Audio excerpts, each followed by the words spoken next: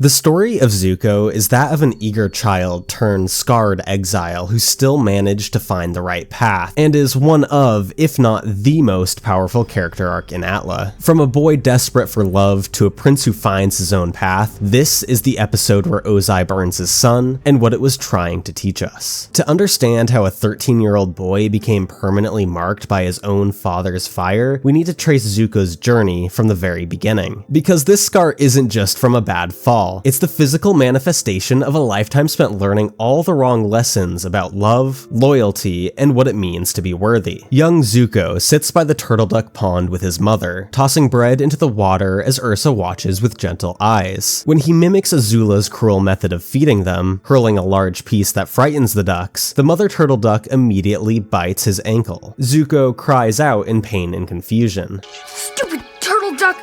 Why'd you do that? But Ursa's response carries weight he won't understand for years. That's what moms are like.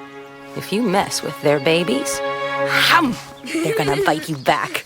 Here is a boy learning about protection and consequence, not yet knowing that his own mother will soon be the one that has to bite back. This moment reveals everything about Zuko's character. He wasn't born cruel like Azula. He was mimicking what he thought might earn him some attention, maybe even approval, and when it backfires, he's confused rather than vindictive. Zuko wants to belong, to be included, to matter. But in a family where love is conditional and cruelty is rewarded, these instincts become liabilities. The contrast becomes stark when Azula, Mai, and Ty Lee practice their cartwheels nearby. Ty Lee executes a perfect backflip, and Azula immediately shoves her to the ground. Young Zuko watches this casual cruelty, but doesn't participate. He's not wired for it. While Azula sees Ty Lee's success as a threat to be eliminated, Zuko sees it as something to admire. It's a difference that will define their paths to the very end. The family dynamics we've now seen glimpses of crystallize during Fire Lord Azulon's visit. The children are called to demonstrate their skills, and Azula performs flawlessly, answering questions about military strategy with cold precision. She's a true prodigy, just like her grandfather for whom she's named. Then comes Zuko's turn. I'd like to demonstrate what I've been learning. Seeking desperately the approval that he watches his sister being showered with, but his firebending falters. The flames sputter and die. Afterward, he tells his mother, I failed. But Ursa sees something different. No, I loved watching you. That's who you are, Zuko. Someone who keeps fighting even though it's hard. These words become prophetic. Zuko's entire life will be about fighting when it's hard, refusing to give up even when everyone else has written him off. But for now, he's just a boy desperate for his grandfather's approval, his father's attention, or anyone willing to show him that he matters amongst a palace of high achievers and higher standards. When Uncle Iroh's letter arrives from Ba Sing Se, both children receive gifts, but the difference is telling. For Azula, a doll wearing Earth Kingdom clothes that she immediately scorns. For Zuko, a pearl dagger with an inscription. Your craftsmanship. Never give up without a fight. Iroh sees something in his nephew that others miss, a core of resilience that will serve him when everything else is stripped away. The nightmare truly begins when Ozai attempts to usurp Iroh's claim to the throne after the embarrassment that had been the attempted siege of Ba Sing Se. Azula overhears the punishment handed down by Azulon for Ozai's ambition and betrayal of his own brother. She tells Zuko exactly what she heard, that their grandfather had ordered his death so that Ozai may feel the same pain Iroh felt losing Lu Ten. Young Zuko refuses to believe it. Dad would never do that to me. Azula always lies.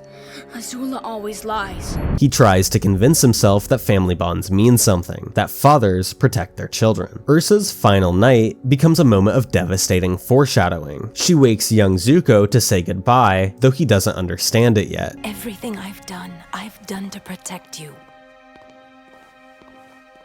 Remember this, Zuko.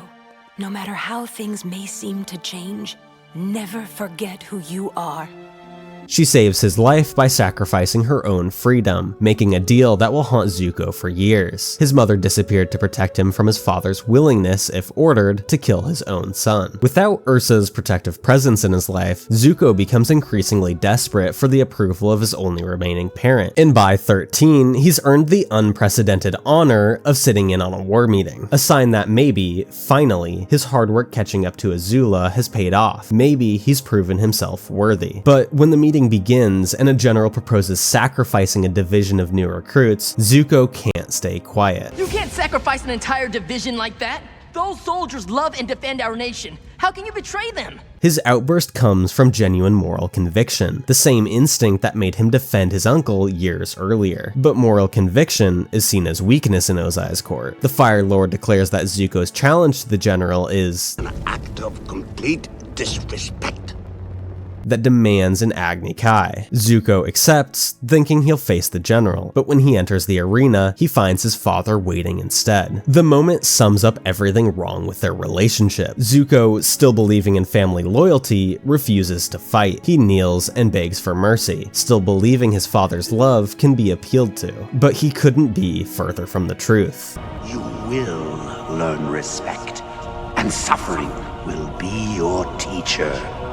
The flames that scar Zuko's face burn away more than skin. They burn away his childhood, his trust, his belief that family means protection rather than punishment. The banishment that follows is almost anticlimactic. Ozai gives Zuko an impossible task: to find the Avatar who had disappeared 100 years ago, knowing it will keep his son away indefinitely, without having to bother killing him. But Zuko doesn't see the cruelty in this. Perhaps naively, he sees opportunity. He truly believes that capturing the Avatar will restore his honor, that proving himself will earn his father's love, that this is just another test he needs to pass. For 3 years, Zuko chases the impossible across the world. In the Earth Kingdom village, people recoil from his scar, seeing in it the mark of Fire Nation cruelty. But when he finally reveals his identity to save young Lee from corrupt soldiers, My name is Zuko, son of Ursa and Fire Lord Ozai, Prince of the Fire Nation and heir to the throne. the old man's response cuts deep. Liar! I heard of you! You're not a prince, you're an outcast! His own father burned and disowned him! The truth hurts because it's accurate. He's a boy trying to earn back what should have never been taken away. Zuko's internal conflict reaches its breaking point at Ember Island. Surrounded by his sister and her friends around a bonfire, Zuko finally confronts the rage that's been building for years. When pressed about who he's angry at, he cycles through possibilities: his father, his uncle, even Azula, before arriving at the devastating truth. I'm angry at myself! The follow-up is even more revealing. Because I'm confused. Because I'm not sure I know the difference between right and wrong anymore.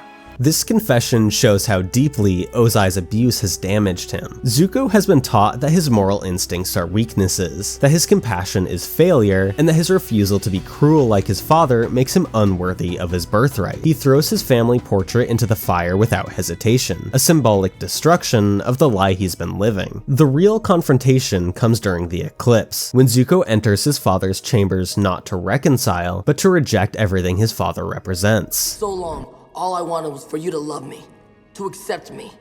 I thought it was my honor that I wanted, but really, I was just trying to please you. The words pour out, like a dam collapsing under unimaginable weight. You, my father, who banished me just for talking out of turn. My father, who challenged me, a 13-year-old boy, to an Agni Kai. How can you possibly justify a duel with a child?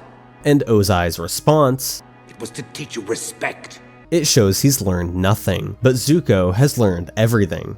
It was cruel, and it was wrong. And in that moment, Ozai attacks, aiming a bolt of lightning at his own son who, to his knowledge, had no defense for or training in the art of lightning bending. That bolt was not to subdue, it was meant to kill. But standing in front of him is no longer a helpless child begging for mercy. Zuko redirects his father's lightning. He's found his own strength, his own path, and chooses to define his own honor. The healing comes not through Ozai's forgiveness, but through Iroh's unconditional love. When Zuko enters his uncle's tent, expecting fury for his betrayal, Iroh instead embraces him without hesitation. How can you forgive me so easily?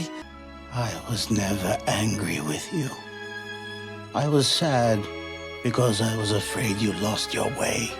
And when Zuko admits he did lose his way, Iroh's response only reassures him that even in rejecting his own blood, he's chosen the right path. But you found it again. And you did it by yourself.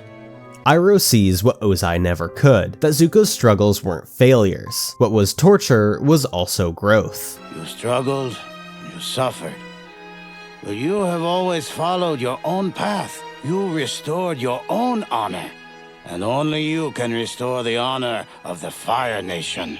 The boy who was told he was worthless has become worthy of leading a nation, and has found the unconditional love that was lost since the night his mother came to him. Never forget who you are. He wasn't healed by accomplishing his life mission and earning his father's approval, he was healed because he stopped needing it. Zuko's story teaches us that honor cannot be given by others, it can only be claimed by living according to your own values. For years, all he sought was external validation, believing that if he could just prove himself worthy enough, strong enough, cruel enough, he would eventually find what he thought was love. But love that must be earned isn't love at all, and the downfall of Azula, the golden child, who Zuko saw receive what he could only assume was love, only helped to cement that there was no love for him in the walls of that palace. The deeper lesson is about walking away from those who hurt you, even when they're family. We're taught that family bonds are sacred, that we must honor our parents regardless of how they treat us. But Zuko's story shows us that sometimes the most honorable thing we can do is refuse to accept treatment that diminishes us. True peace doesn't come when abusers finally approve of us. It comes when we stop needing their approval to feel worthy. Zuko's scar becomes a symbol not of shame, but of survival. It marks him as someone who endured cruelty but chose compassion anyway, who experienced betrayal and chose loyalty anyway, who was taught that strength meant domination, and who through years of suffering managed to see through that lie. The boy who wanted to be seen finally learns to see himself.